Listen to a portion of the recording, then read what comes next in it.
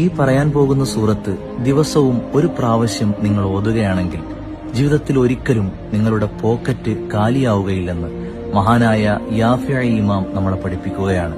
പരിശുദ്ധമായ ഖുർആനിലെ 90-ാമത്തെ അധ്യായം സൂറത്തുൽ ബലദ്, ലാ ഉഖ്സിമു ബിഹാദൽ ബലദ് എന്ന് തുടങ്ങുന്ന ഈ സൂക്തം എല്ലാ ദിവസവും സുബഹി ബാങ്കിന് ശേഷം നിസ്കാരത്തിന് തൊട്ടുമുമ്പുള്ള സമയത്ത് ഒരു തവണ എല്ലാ ദിവസവും പതിവാക്കുകയാണെങ്കിൽ നമ്മളുടെ ജീവിതത്തിൽ ഒരിക്കലും ദാരിദ്ര്യം അല്ലാഹു തആല നൽകുകയില്ല. പതിവാക്കുക.